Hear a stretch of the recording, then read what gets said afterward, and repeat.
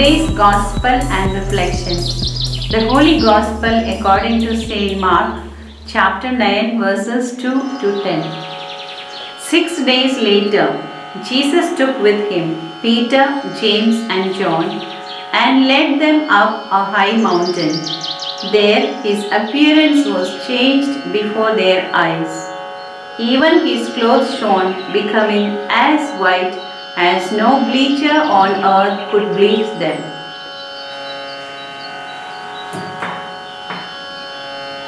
The intimate moments of life are often shared with the closest friends. It is planned in advance, fix it, even the place, and make sure that they present themselves for the same. In today's Gospel, we find Jesus taking along his closest disciples, Peter, James, and John, with him and going to the top of the mountain to have a vision of the Father. Jesus wanted to make them sharers of the divine plan and his mission, which they have to participate actively and continue the ministry for the future times. A divine communication with the Father takes place there, consisting of both the declaration and exhortation from above. The saving mission of Jesus is a continuation and fulfillment of the laws and prophets, as Moses and prophet Elijah were present there. The firm voice of the Father, "This is my beloved Son, listen to him," was announced for the disciples and the disciples of all the times. Jesus knew clearly the big plan of salvation which he has to fulfill by becoming a sacrifice for the humankind, for me and for you. As Jesus was fully convinced of the plan of salvation, his words and life reflected it. "Here I am. I come to do the will of my Father."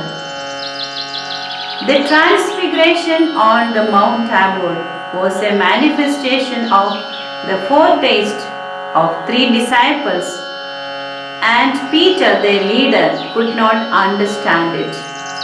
The transfiguration on the Mount Tabor was a manifestation of Jesus' glorification.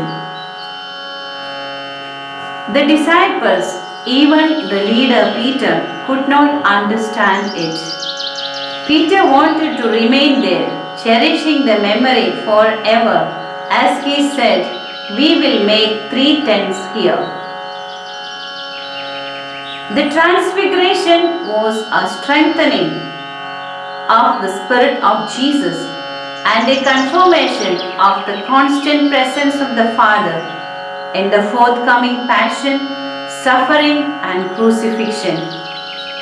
It was declared there firmly, for the salvation of the humankind, Jesus has to undergo suffering in his body, and this fragrant offering would bring redemption to the humankind.